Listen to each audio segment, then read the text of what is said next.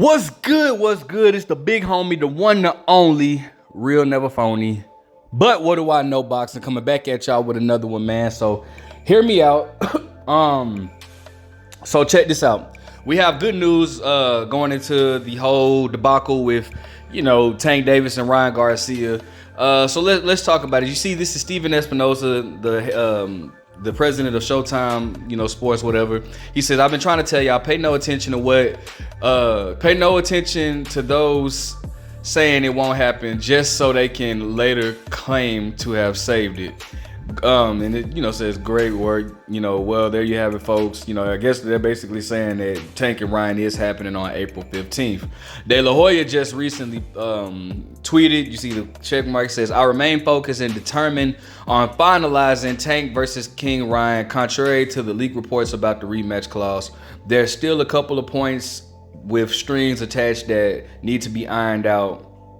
He put again, in capital letters, need to be ironed out. All right, so that's some good news, man. I'm definitely glad, because it's just been way too long. Like we just can't afford another. We can't afford to miss another big fight. These guys, Ryan Garcia and Tank Davis, have been going back and forth for years now, And at one point, like with Tank Davis being with Mayweather Promotions, or TMT, whatever you want to call it, and under Al Heyman, and of course Ryan Garcia being with Golden Boy Promotions. It just seemed like all that was going to come from it was a bunch of, back and forth on Twitter and all this type of stuff. But now we seem to have come closer than we've ever been to making this fight happen. Now, I do want to, for those that don't know what's been the cause of the issue, I do want to go ahead and reiterate what's been causing the issue. So, you know how I do it, man, because I got to, inform all my family, keep y'all up to date so y'all know everything that's been going on. So, this is what De La Hoya had to say. Shout out to boxing.com. De La Hoya had to say, we're literally at the 1 yard line. What's holding up everything is the rematch clause, said De La Hoya. It's only fair if Ryan wins, then our side controls everything as the A side. This is just the way it's always been. It's common sense that whoever wins is the A side. That's the bottom line. We're not reinventing the wheel here. And listen, like I said, just being truthful, honestly speaking, De La Hoya is right here, bro. This is where I don't agree with De La Hoya on a lot of things, but I have to agree with De La Hoya here on this situation. Now, albeit I would love to hear what Tank's side has to say, because it's always another side to the story.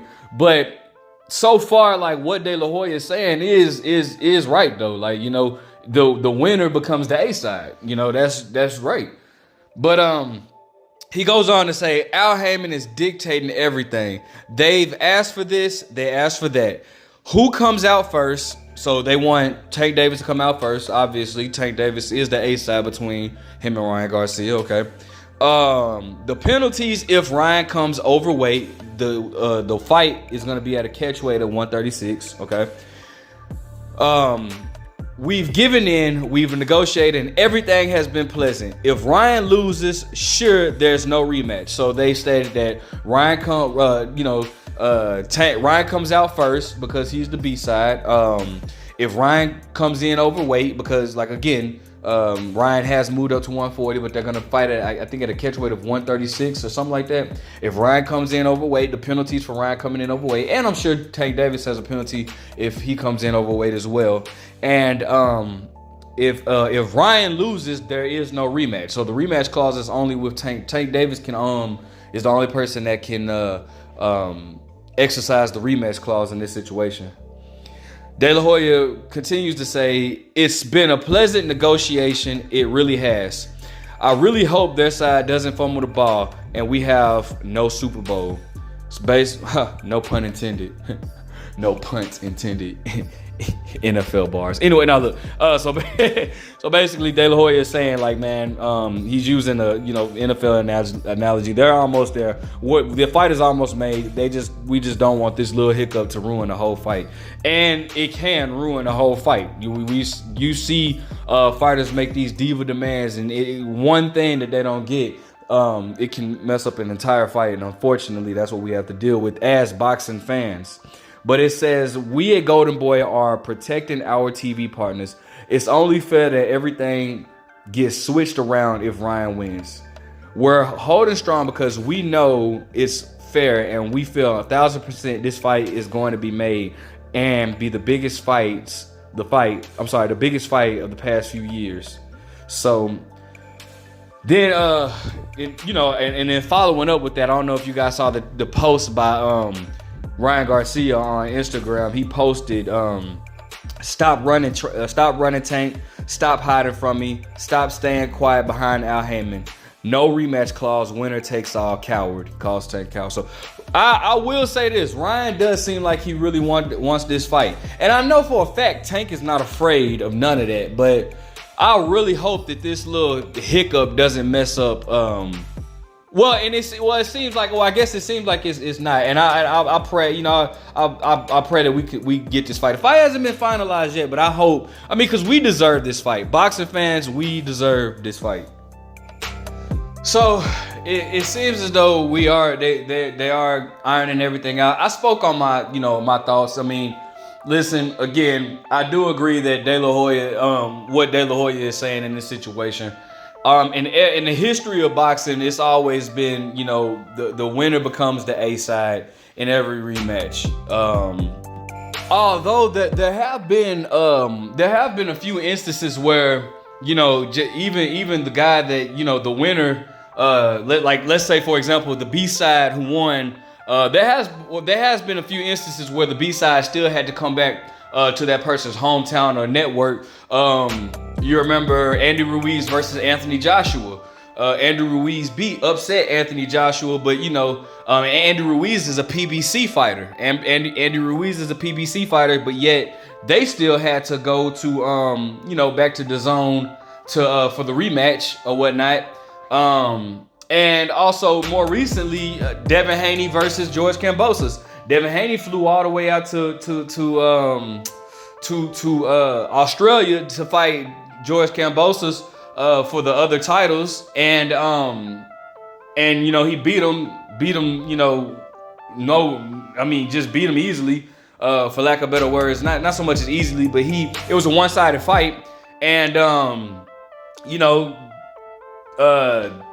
Devin Haney had to go back to Australia to revenge, to rematch George Kambosos. So this is not the first time. So this demand, when people try to say, the PBC, they're making up these crazy demands. No, this is not the first time that this has happened.